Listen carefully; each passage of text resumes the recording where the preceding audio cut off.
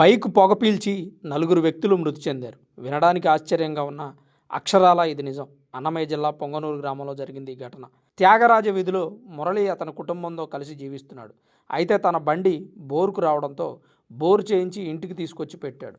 రాత్రంతా engine ఆడించాలని mechanic చెప్పడంతో ఇంట్లోని ఓ గదిలో పెట్టి రాత్రంతా ఇంజిన్ ఆడించాడు. అయితే అదే గదిలో మురళి తండ్రి రామచంద్ర, తన ముగ్గురు పిల్లలు, ఒక కొడుకు, ఇద్దరు కూతుర్లు నిద్రపోయారు. మురళి మరియు అతని భార్య పై గదిలో నిద్రించారు.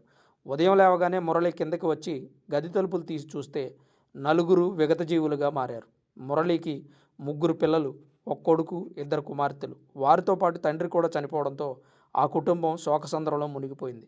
రాత్రంతా బైక్ ఇంజిన్ ఆడిస్తుండడంతో పొగ గది అంతా వ్యాపించింది. సైలెన్సర్ నుంచి విడుదలైన కార్బన్ మొనాక్సైడ్ పీల్చడంతో చనిపోయినట్టుగా తెలుస్తోంది. మృత్యువు ఎటువైపు నుంచి వచ్చి కాటు వేస్తుందో ప్రస్తుత రోజుల్లో ఎవ్వరికీ తెలియడం లేదు. బైక్ మీద యాక్సిడెంట్ అయి కొంతమంది చనిపోతుంటే బైకును రాత్రంతా ఇంజిన్ ఆడించినందుకు నలుగురు చనిపోయారు. ఇలాంటి విషయాలు విన్నప్పుడు గుండె తరుక్కుపోతుంది.